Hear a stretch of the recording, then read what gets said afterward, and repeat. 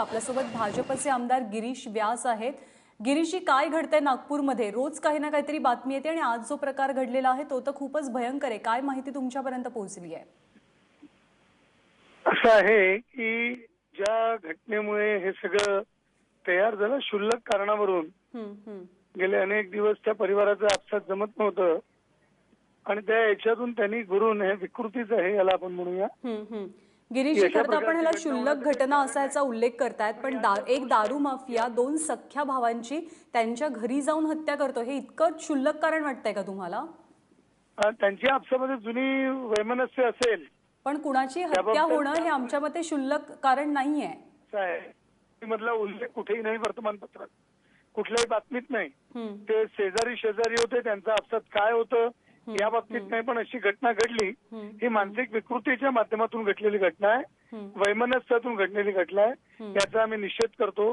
परंतु या अशा घटनेमुळे एकंदरच सरकार अडचणीत आहे असं कसं म्हणेल? सरकारचं नियंत्रण नाही असं कसं होईल?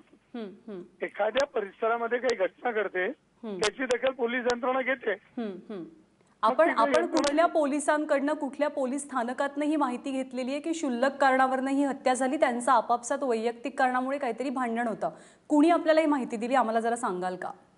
वर्तमानपत्रामध्ये आलं की केवळ सांडपाणी वाहून गेल्याच्या याच्यामुळे आपण आमदार आहात, आपण जबाबदार व्यक्ती आहात, आपण केवळ वर्तमानपत्रातल्या बातम्यांवरती विश्वास ठेवून असं विधान करताय का?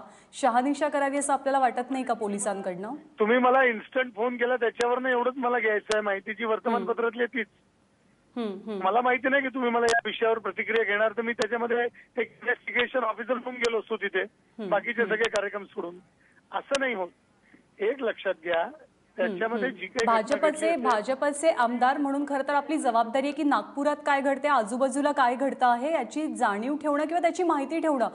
हे आश्चर्य की आपल्याला काहीच माहिती नाही की घडलेली घटना नेमकी कशामुळे घडली आहे ती।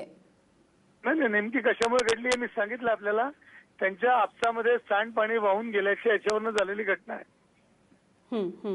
हे जे वर्तमानपत्रामध्ये आलं तेच तुमच्याजवळ काही अधिकची माहिती आहे का? ती मला सांगा, मी करेक्ट करतो माझी माहिती। नागपूरकर खरं तर खूप संतप्त झालेत, त्रस्त झालेत। ते आता असाही आरोप करू लागलेत की मुख्यमंत्र्यांचं आणि ज्यांच्याकडे गृह खातं आहे, म्हणजे पुन्हा एकदा गृहमंत्री मुख्यमंत्रीच आहेत, त्यांचा वचक राहिलेला नाहीये, होल्ड राहिलेला नाहीये, कारण त्यांच्याच नागपुरात या सगळ्या घटना घडतात। मला असं काही वाटत नाही, वचक पूर्ण आहे।